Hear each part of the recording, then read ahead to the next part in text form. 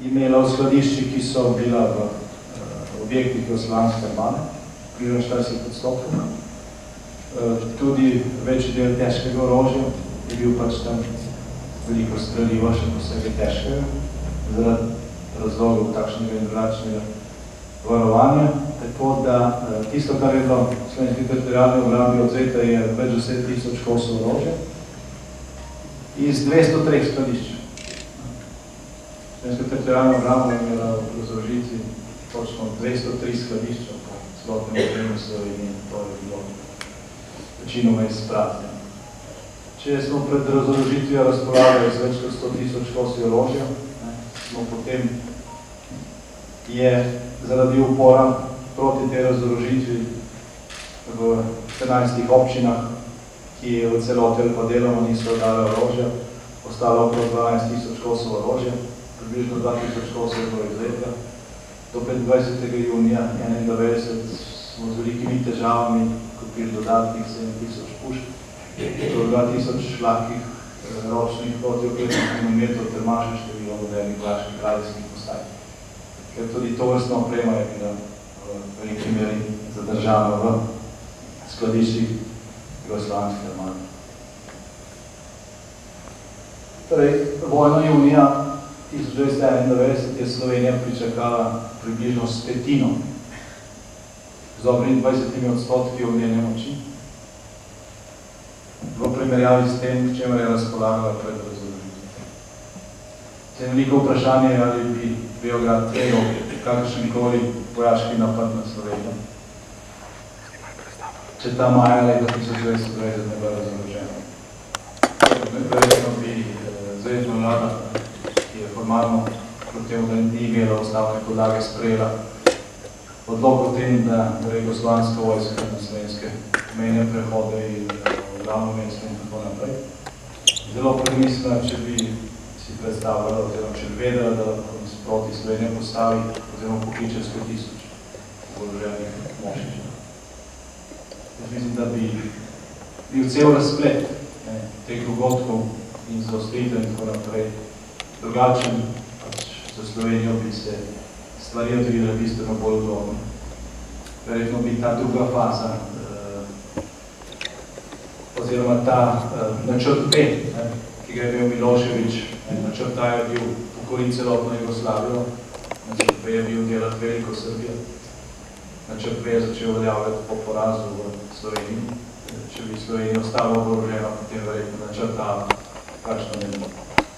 Tudi mi nisem kakšnega dovolj tveganja. Ampak to je zdaj razprava o tem, kaj bilo, če bi bilo. Dejstvo, da se to ni zgodilo in dejstvo je, da junija 1991 nismo imeli v bistvu niti enega težjega artilerijskega orožja. Pred razložitvijo teritorialne obrambe je imelo več kot 230 topov različnih kalibrov in tudi tisto, s čemer smo razpolagali, da smo škodovili. Tukaj je kratka kronologija. Veliko tega, kar bo sledi tukaj napisano, ni bilo še nikoli nikjer objavljeno, razen danes v tem zborniku, ker niče doslej tega ni zbral. Ni bilo nobenega zgodovinarja, ki bi se v 20 letih tega doplotil. Lani jesen je bil v Državnem svetu en posvet o manevski strukturi narodne zaščite, ker se je prvič sploh govorilo tudi o razložitvi na ta način, ker se je prvič zbralo nekaj dokumentov, ki so zdaj tudi objavljali v zborniku z tistega posveta. Skratka, šele po odločitvi glavnega odbora Združenja za vrednote slovenske osamosvojitve se je načrtno zbralo to dokumentacijo in se je objavljena in na voljo. Na podlagi tega je narejena tudi ta kronologija. Zdaj, prvo omejitev dostopa Slovencem do orožja teritorialne obrambe, ki ga je Slovenija drago plačala. To se je nabavilo iz proračunov občin in države. Zaradi tega se ni gradilo vrtcev, pa šol, pa cest in avtocest. Veliko denarja je šlo za to orožje. Prvič je v Slovenski teritorialni obrambi onemogočen dostop do orožja v času tako imenovanega mitinga resnica. Danes se veliko govori o akciji Sever, potem, kako je bil ta miting preprečen, in tem pa se popolnoma zamoči, da takrat na slovenska oblast ni mignila s prstom, ko je Lani omogočil dostop do orožja teritorialne obrambe. To je bilo novembra leta 1989. 5. januarja 1990 je potem generalštab ILA NSFRJ izdal ukaz, da se popišejo vsa skladišča teritorialne obrambe zunaj objektov ILA. Na podlagi tega ukaza je tudi republiški štab, konec januarja 1990 je izdal tak ukaz, da se popišejo ta skladišča v Sloveniji. Vsakemu laiku, z osnovno šolo je bilo jasno, zakaj se dela ta popis. Ko je bila stara slovenska oblast, če ni bilo opozorjeno v času mitinga resnice, če tisto ne zaleglo, bi morali to zaleči, da bo opozorilo. Ko je bil izdan ta ukaz januarja 1990, bi moralo takratno republiško predsedstvo, ki ga mislim še vodostanovnik. In je bilo po takratni ustavi pristojno za opremljanje in tudi vodenje slovenske teritorialne obrambe, izdati ukaz, da se tisto orožje, ki je še v skladiščih ILA izvzame, oziroma ki je v skladiščih teritorialne obrambe znotraj vojašnice ILA izvzame, ker je bilo jasno, kaj se je pripravilo. Niti slučajno ni bilo nobenega takšnega ukrepa strani takratnega, tako imenovanega očeta NATO. No, februarja in marca 1990 je armada odpeljala iz Slovenije nekaj vlakovnih kompozicij, niče ne ve točno, starejšega pehotnega orožja, rekli so, da so to muzejski primerki. Veliko tega, kar smo imeli v rokah, junija 1991, so bili tudi muzejski primerki. Veliko tega od takrat odpeljanega, nišče ni reagiral. Bilo je nekaj pritožb in nekaj vprašanj med takratno politiko, v javnosti to pravzaprav ne drži. 14. aprila 1990 so bile prve svobodne volitve v Sloveniji. Torej istočasno je bila seja vojaškega sveta, kjer so obravnavali že operativni načrt razorožitve teritorialne obrambe, ki se je prej pripravil. 17. aprila, prav 3 dni po prvem krogu volitev v Sloveniji, je srednji sekretariat za ljudsko obrambo izdal odredbo o razorožitvi teritorialne obrambe. To odredbo je vedelo veliko ljudi, tudi slovenska državna varnost oziroma UDBA. Takratni njen vrhovni šef Tomaž Ertl je v intervjuju za Mladino lansko leto dejal, da so vedeli vse, kar se je dogajalo v Beogradu in vojaških odhovih, se pravi, so najbolj vedeli tudi za to. Jasno je, da so pač vedeli. Ni bilo nobene reakcije. Zdaj je drugi krok volitev v Sloveniji, konstituiranje prvega demokratično izvoljenega organa, to je bilo predsedstvo. SFRJ oziroma najprej skupščina in potem predsedstvo. To je bilo 10. maja 1990. Takrat je novo predsedstvo prevzelo pristojnosti in je postalo, so Milan Kučan, Ivan Oman in ostali člani predsedstva postali poveljnik slovenske teritorialne obrambe. V tistem času so potekale intenzivne operativne priprave na razorožitev. 14. maja je generalštab ILA sprožil izvajanje tega ukaza po razorožitvi. Iz poročila mestnega štaba Ljubljana, mestnega štaba teritorialne obrambe Ljubljana, izhaja, da so za ukaz izvedli 14. maja. In v poročilu so tudi napisali, da so že naslednji dan obvestili najbližje sodelavce predsedstva Republike Slovenije. Glede to, da se je stvar pripravljala, je popolnoma jasno, da se je 14. maja v tem določenih krogih govorilo in ljudje, ki so zvedli, so obvestili tiste, ki so tudi vedeli, če so mislili, da morda ne vejo. 15.5.1990 je general Ivan Hočevar slovensko rodo, poveljnik republiškega štaba, izdal ta znani ukaz, 625190, kjer je operativno razdelana razorožitev teritorijalne obrambe, oziroma, ko so takrat rekli, premestitev orožja na bolj varne lokacije. Rok je bil 19. maj do 19. ure. Pokrajinski štabi, 13 je takrat bilo in 31 razvojna skupina, oziroma ta zaščitna brigada, Čevski reki, oni so ukaz sprejeli 15. V tem zborniku, ki je danes išel, je nekaj opisov ljudi, ki so pač takrat bili na teh pozicijah, opisujejo zelo neposredno te svoje izkušnje. To bilo priporočeno branje, ker samo kronologija pove nekaj, ne to, kaj človek je to šel skozi, to piše, pove drugo, oziroma to bistveno bolj ilustrira. Pokrajinski štabi so morali potem na podlagi tega ukaza republiškega štaba izdati ukaze za mestne oziroma občinske štabe. Takrat je bil najkasneje, potem obstaja dokumentacija, verjetno je bil že prej, glede na zbrano dokumentacijo, da je takrat obveščen tudi takratni republiški sekretar za ljudsko obrambo Janko Kušar, to je oseba, v kateri sem jaz prevzel. Potem sekretarjat za obrambo. Formalno občinski štab je tjo ukaz večino prejmejo 16. maja. In večina teh štabov tako je obvesti. Ljudje, ki so bili takrat teritorijalni obrambni, so vedeli, da so vedeli. Ni verjel, da gre za dodatno varovanje tega orožja, če se moral praktično razorožiti, zahteval so tudi osebno orožje, zapravi pištole častnikov, najmarsikje. Eni so obveščali občinsko vodstvo, drugi so obveščali državno vodstvo, največ jih je obveščalo seveda predsedstvo republike, ker je po ustavi takratni republiški bilo povednik, vrhovni povednik slovenski teritorijalne obrambe.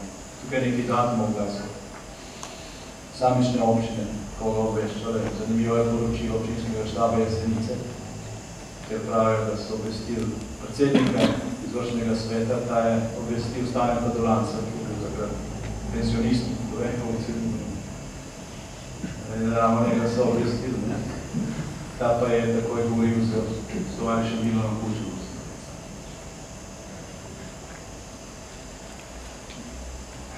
Takrat je svetovalec v ministrstvu oziroma sekretarijatu za obrambo Miran Bogataj je bil 16.5. neki na Štajerskem, neki občini, tam je videl tudi ukaz o razorožitvi upravnega organa za obrambo Šmarje pri Jelšah, poslej bo zajavko gospodu Kušarju, ki je objavljal na tem zborniku. Ko sem jaz prevzemal posel gospoda Kušarja, sem ga vprašal, če kaj je o razoroževanju, je rekel popolnoma nič. Popolnoma nič. Pojma nima. 16.5. so bile tudi volitve in prisega Demosove vlade. Popoldan, takoj po prisegi, je bil krizni sestanek v pisarni predsednika Skupščine Republike Slovenije dr. Tonceta Bučarja, ker je bil on, predsednik vlade, novo zapriseženi minister za notranje zadeve, tukaj prisotni Igor Malčar, Milan Kučan, jaz. Tam je predsednik predsedstva, gospod Kučan, izjavil, da nima nobenih informacij o razoroževanju, da ne ga ni nišče obvestil. Da so vprašal fante, kaj boste pa zdaj naredili.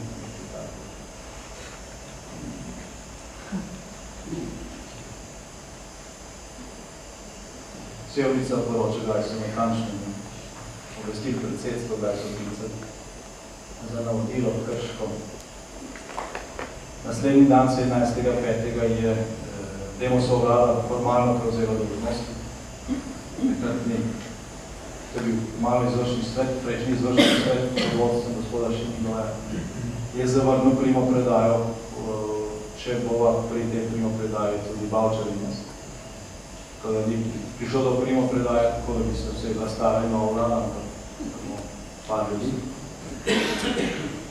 Zdaj so se pristojni ta pogoj sprejeli, ko je bilo. Niso verjetno želeli slišati kakšnega vprašanja glede razorožitve. To so postavili ta pogoj. takrat takoj, ko sem videl, zakaj je prepovedal dajanje orožja upravnih organov in enot za zveze, tega orožja bo nekaj 1000 kosov, to je bilo za občinsko vodstvo, pa za enote za zveze, ki bi se aktivirali v primeru vojne. Tudi to so pobirali, brez kakšne koli osnove. Ta osnova je bila še manjša, kot priti oče, prej tudi tam ni to. Zaradi tega, ker sem jaz tako reagiral, je bilo orožje upravnih organov pobrano samo v 5 občinah, vse ostale za države.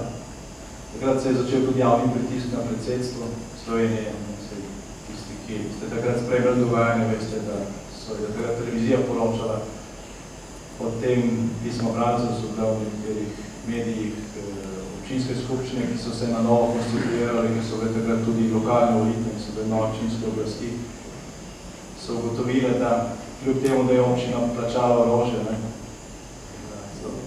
da so jih razorožili v tem času, sprejemali so razne protestne izjave, nekterih tudi zelo odločne, imate v tem zborniku. Nekaj primerov, kjer so kar občinske skupščine prepovedali oddajo orožje, tako je župan podpisal ukaz, da se tega ne naredi. 2 dni prej se je vrhovno poveljstvo zgodilo. No in na podlagi teh različnih kombinacij podpor občinskih vodstev, naših prošenj, iz sekretarijata, pa tudi glavno zaradi poguma posameznikov, nekateri zavrnejo oddajo orožja, sami postavljajo stražo, ne proti tatovom, kot so takrat točno vedeli, kdo ogroža to. Jasno, da je bil sklican tudi krizni sestanek takratnega vodstva Demosa, pred 20 let. Jože Pučnik se je zelo trudil, da bi se kaj naredilo s tem predsedstvom, izletati sankrico, tam različne člane v tistih dneh. Ampak na teh sestankih, ki so bili sklicani na predsedstvo, je bilo rečeno, da še nimamo vseh informacij, da pristojni Beogradu zagotavljajo, da ne gre za razorožitev, da gre samo za dodatno varovanje, pa da bodo zdaj manjši stroški za to po občinah. No, trajalo skratka do popoldneva 18. maja, da je predsedstvo vendarle pred popoldnem, ki je bila ura do 17. izdalo nekaj, kar ni bil ukaz, če da tukaj piše. Ukaz, bilo je neko pismo, ki je bilo poslano predsednikom občin, ki so bili tudi predsedniki svetov, Evropsko obrambo in na nek občin, veljniki, občinskih teritorijalnih obramb, naj začasno ne oddajo orožja, ki takega je pisalo v zborniku, imate natančen tekst te depeše. Ko sem jaz sam prebral, potem sem presenečen nad jezikom, ki je bil malo da ne. To ni bil ukaz, kot ga vojska pričakuje, to je nek opis stanja. En stavek je bil pomemben, katero so se odprli. To ni bilo tisto, kar se je pričakovalo v teritorijalni obrambi, če je bila večina itak že razorožena. Isto, kar je pa povzročilo največ slabe volje, pa bilo dejstvo, da je predsedstvo Republike Slovenije poslalo to depešo v občine šifrirano in to šiframi ILA. Z jugoslovanskimi šiframi občine niso imele poklicnih šifrantov, vsaka občina je mogla poklicati obveznika, ki je to dešifriral, pa nekot je to trajalo celo noč. In mnoge občine so v tem času dali orožje. V času, ko je prepoved že veljala, vendar ni bila dešifrirana. Tisti, ki je poslal po šifrah ILA v občini, je vedel, da to pomeni, Samo 18. maja so orožje oddale vse te občine. V času, ko so se postavljali rece na tistem tekstu, ko se je dešifriral.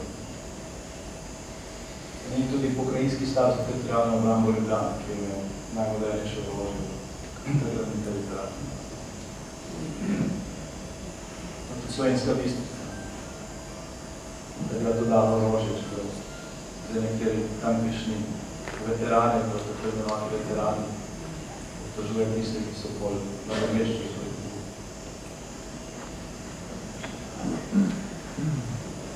No in s Stvar, ki sem jaz odkril šele zdaj, ko smo zbirali to dokumentacijo, takrat pa moraš, da so to uspešno prikrili.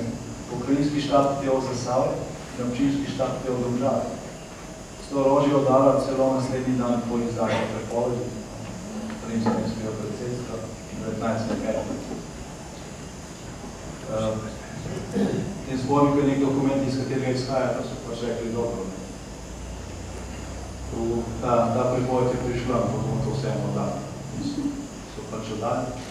V Domžalah pa obstaja nek zapisnik, v katerem piše, da so oni to prepoved oddajanja oziroma zaustavitev oddajanja prejeli šele 23. maja oziroma 21. maja, ko je 3 dni to hodilo v Domžalje strani. So bili zelo spretni, da so našli tako dolgo pot, ampak to seveda ni res. To se je tako izvedel, tudi mediji so poročali, zakaj se gre. Tisti, ki so odgovorni za oddajanje tega jih občina oziroma pokrajeva, mora biti takrat sankcioniran do lici mesta. Se ni vedel. To se je v strukturi takrat prekrilo. No, zanimivo pa je, kako se je potem to zavlačevanje pri konkretnejši reakciji na razorožitev upravičevalo v takratni slovenski skupščini.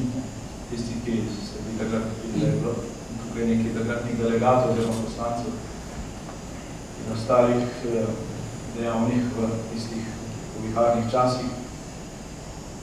Bilo je veliko zahtev po odgovornosti vprašanj, poslanska vprašanja so vladana. No in predsedstvo je prisiljeno dvakrat poročati takratne republiški skupščini. No in prvo poročilo je predsedstvo potem poslalo skupščino 14. junija, posredovano v medijem. V tem poročilu je predsedstvo zapisalo, da je bilo razorožiti teritorijalne obrambe obveščeno 15. maja, 20 popoldan. To je ta dopis, ki ga je popisal gospod Hrušan. To je tekst, kjer piše, predsedstvo Republike Slovenije je bilo, niti niso napisali o razorožitvi.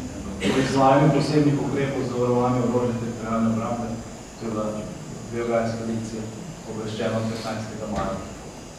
To je uradna informacija, ki je šla 14. julija 90. skupščina. Ker je razprava, ki je sledila tej informaciji, pač pustila preveč dvomov, v tem smislu, če je bilo predsedstvo obveščeno 15. maja, zakaj niso reagirali prej, je potem predsedstvo postalo v skupščino še eno informacijo 17. julija, kjer so zapisali, da so bili o razorožitvi obveščeni še 17. maja. To je ta tekst. Kopijo imanjega dokumenta. Predsedstvo je izvedelo 17. maja. V roku 2 tednov so spremenili datum. Seveda ne, eno in drugo ne drži. In 23. aprila letos je takratni predsednik predsedstva gospod Hrušan izjavil v intervjuju za Delo, kdo to bral, da je bil o razorožitvi obveščen 16. maja.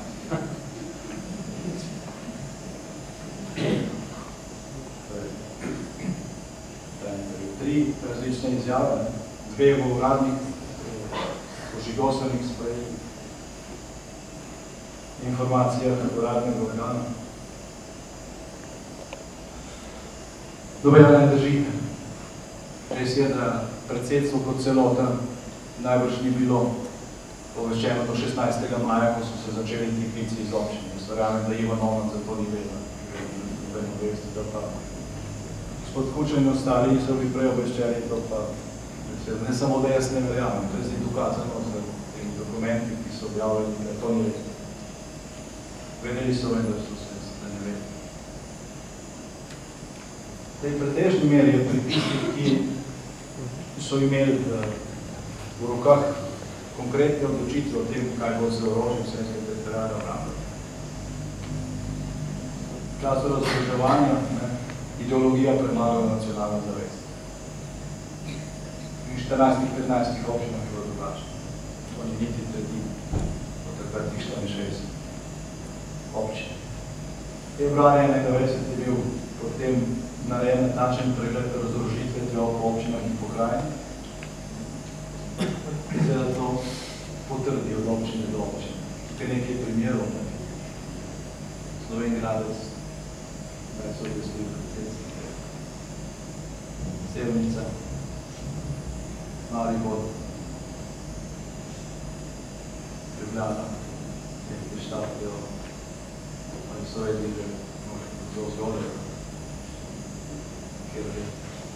Tudi zaradi tega, ker so bili nekateri sorodniki ali pa zakonci zaposleni v teritorijalni obrambi v različnih strukturah, zaposleni na republičnem štabu, ki so se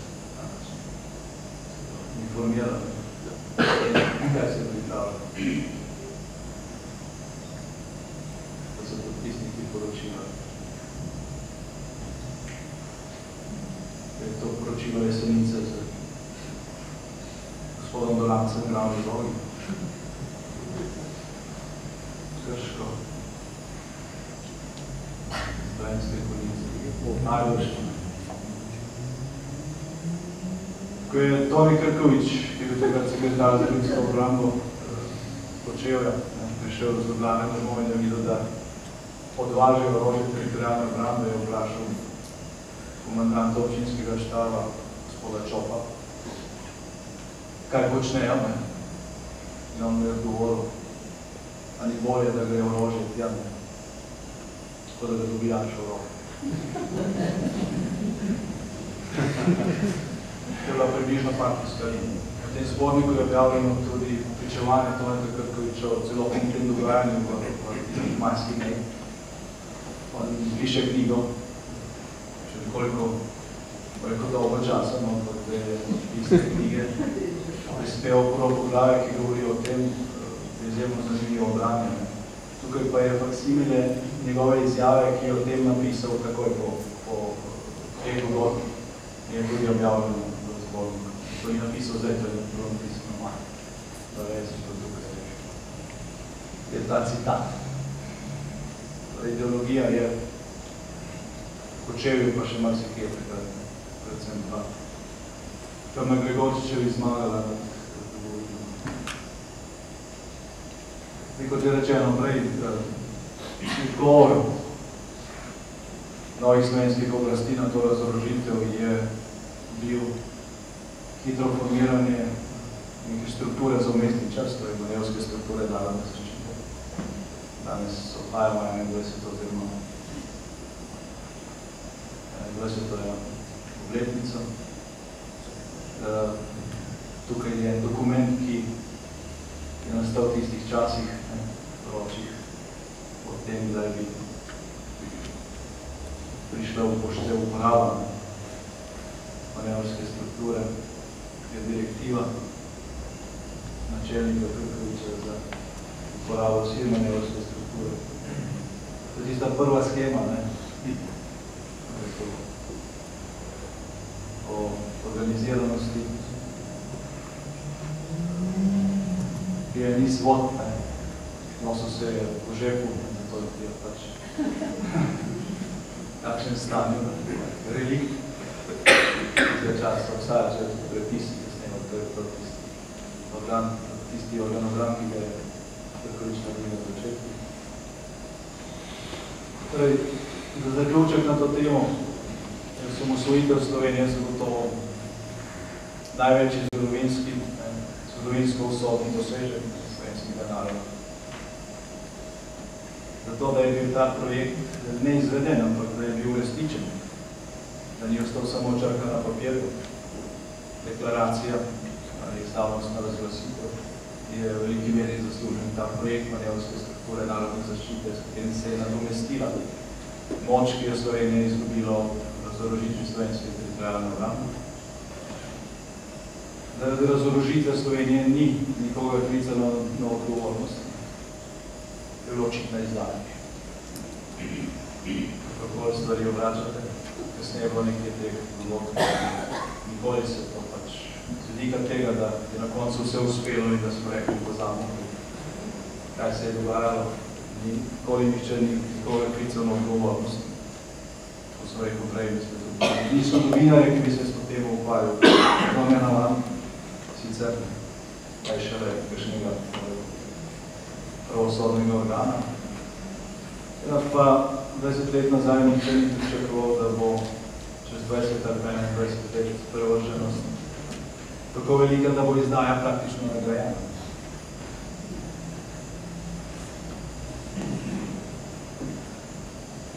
Zdaj, manevška struktura narodne zaščite so bili potem vključeni tisti, ki so se uprli v drugi.